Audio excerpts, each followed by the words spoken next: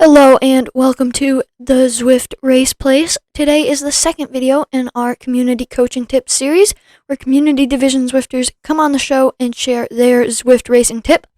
In just a moment, we will be talking with Adam Dawson, an expert on winning A races with the lowest watts per kilograms in the front group, about how he pulls off these impressive wins and how to read a field and determine exactly where the optimal spot to be is.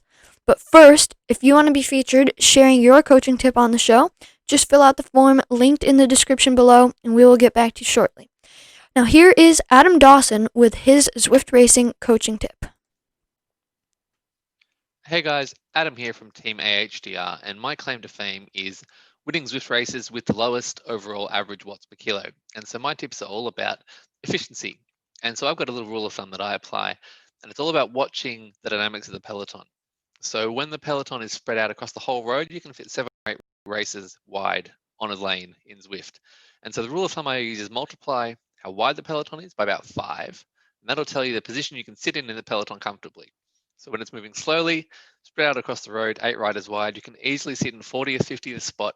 You can probably be jamming along maybe 2 point something watts per kilo, even in an A grade race, and be sitting perfectly comfortable.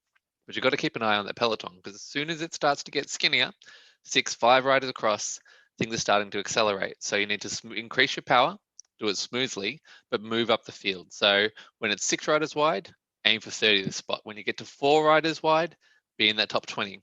And if it's really hammering, you're down to 2 riders across or even single file, make sure you're in that top 5 or 10, because that's when the race is going to be decided. So by following those tips, you can save your power for when you really need it on those decisive climbs and in the sprints. Hope that helps.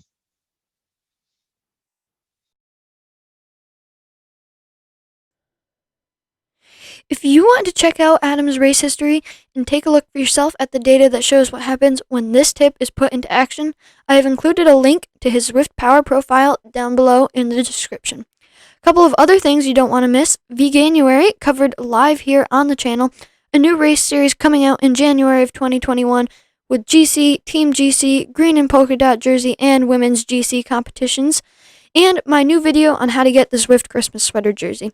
For more info on both of these, linked down in the description below.